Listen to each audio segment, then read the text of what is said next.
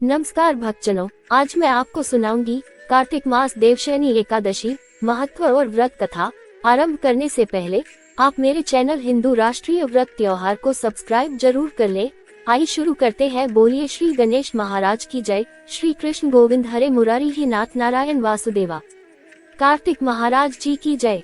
देवशयनी एकादशी का महत्व। ब्रह्म वैवर्त पुराण में देवशयनी एकादशी के विशेष महात्म्य का वर्णन किया गया है। इस व्रत से प्राणी की समस्त मनोकामनाएं पूर्ण होती हैं। ये एकादशी आषाढ़ मास के कृष्ण पक्ष की एकादशी, जिसे योगिनी एकादशी कहते हैं, के बाद आती है। इसी एकादशी से चातुर्मास का आरंभ माना जाता है। इस अवधि में कोई भी शुभ कार्य जैसे विवाह आदि नहीं किया जाता। मान्यता है कि इस दिन से भगवान श्री हरि विष्णु क्षीरसागर में शयन करते हैं और फिर 4 माह बाद उन्हें उठाया जाता है। उस दिन को देवोत्थानी एकादशी कहा जाता है। इस बीच के अंतराल को ही चातुर्मास कहा गया है। देवशयनी एकादशी को देव देवशयनी, महा एकादशी, थौली एकादशी, तेलुगु हरि देवशयनी, पद्मनाभा शयनी तथा प्रबोधनी एकादशी भी कहा जाता है। देवशयनी एकादशी व्रत कथा। धर्मराज युधिष्ठिर ने कहा, हे केशव, आषाढ़ शुक्ल एकादशी का क्या नाम है? इस व्रत के करने की विधि क्या है और किस देवता का पूजन किया जाता है? श्री कृष्ण कहने लगे कि हे युधिष्ठिर, जिस कथा को ब्रह्मा जी ने नारद जी से कहा था वही मैं तुमसे कहता हूँ। एक बार देवऋषि नारद जी ने ब्रह्मा जी से इस एकादशी के विषय में जानने की उत्सुकता प्रकट की। तब ब्रह्मा जी ने उन्हें बताया, सतयुग में मांधाता नामक एक चक्रवर्ती सम्राट राज्य करते थे। उनके राज्य में प्रजा बहुत सुखी थी, किंतु भविष्य में क्या हो जाए यह कोई नहीं जानता।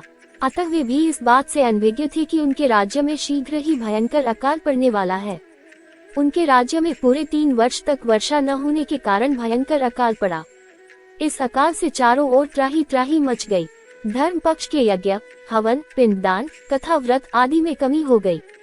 जब मुसीबत पड़ी हो तो धार्मिक कार्यों में प्राणी की रुचि कहाँ रह जाती है। प्रजा ने राजा के पास जाकर अपनी वेदना की दुहाई दी। राजा तो इस स्थिति को लेकर पहले से ही दुखी थे। वे सोचने लगे कि आखिर मैंने ऐसा कौन सा पाप कर्म किया है जिसका दंड मुझे इस रूप में मिल रहा है। फिर इस कष्ट से मुक्ति पाने का कोई साधन करने के उद्देश्य से राजा सेना को लेकर जंगल की ओर चल दिए। वहां विचरण करते करते एक दिन वे ब्रह्मा जी के पुत्र अंगिरा ऋषि के आश्रम में पहुंचे और उन्हें साष्टांग प्रणाम किया। ऋषिवर ने आशीर्वचनोपरांत कुशल क्षेम पूछा। फिर जंगल में विचरने व अपने आश्रम में आने का प्रयोजन जानना चाहा।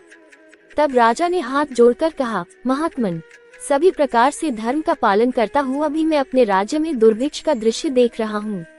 आखिर किस कारण से ऐसा हो रहा है? कृपया इसका समाधान करें। ये सुनकर महर्षि अंगिरा ने कहा, हे राजन, सब युगों से उत्तम ये सतयुग है। इसमें छोटे से पाप का भी बड़ा भयंकर दंड मिलता है। इसमें धर्म अपने चारों चरणों में व्याप्त रहता है। ब्राह्मण के अतिरिक्त किसी अन्य जाति को तप करने का अधिकार नहीं है, जबकि आपके राज्य में एक शूद्र तपस्या कर रहा है।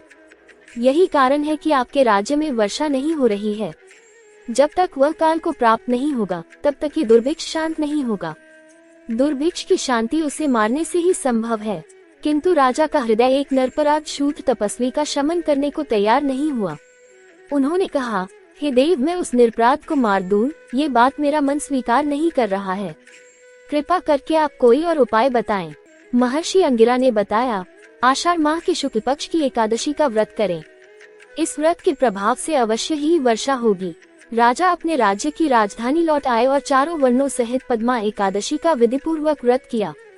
व्रत के प्रभाव से उनके राज्य में मूसलधार वर्षा हुई और पूरा राज्य धन धान्य से परिपूर्ण हो गया। ब्रह्म वैवर्त पुराण में देवशयनी एकादशी के विशेष महात्म्य का वर्णन किया गया है। इस व्रत से प्राणी की समस्त मनोकामनाएं पूर्ण होती हैं। कथा संपूर्ण। चैनल को सब्सक्राइब अवश्य कर ले। मिलते हैं अगली कथा के साथ, तब तक के लिए धन्यवाद।